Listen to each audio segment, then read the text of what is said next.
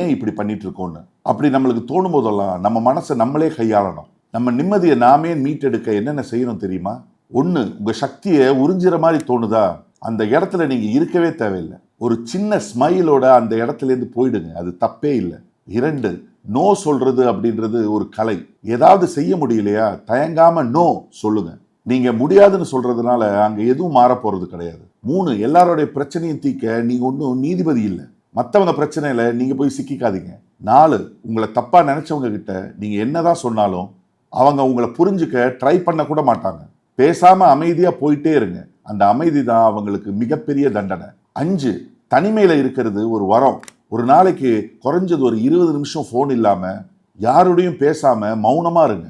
அந்த மௌனம் உங்களுக்கு பல உண்மைகளை சொல்லித்தரும். ஒண்ணு மட்டும் ஞாபகம் வச்சுக்கோங்க, நீங்க சந்தோஷமா இருந்தா மட்டும்தான் உங்க சுத்தி இருக்கிறவங்களை உங்களால சந்தோஷமா வச்சுக்க முடியும். அதனால முதல்ல உங்க நிம்மதியை கவனிங்க.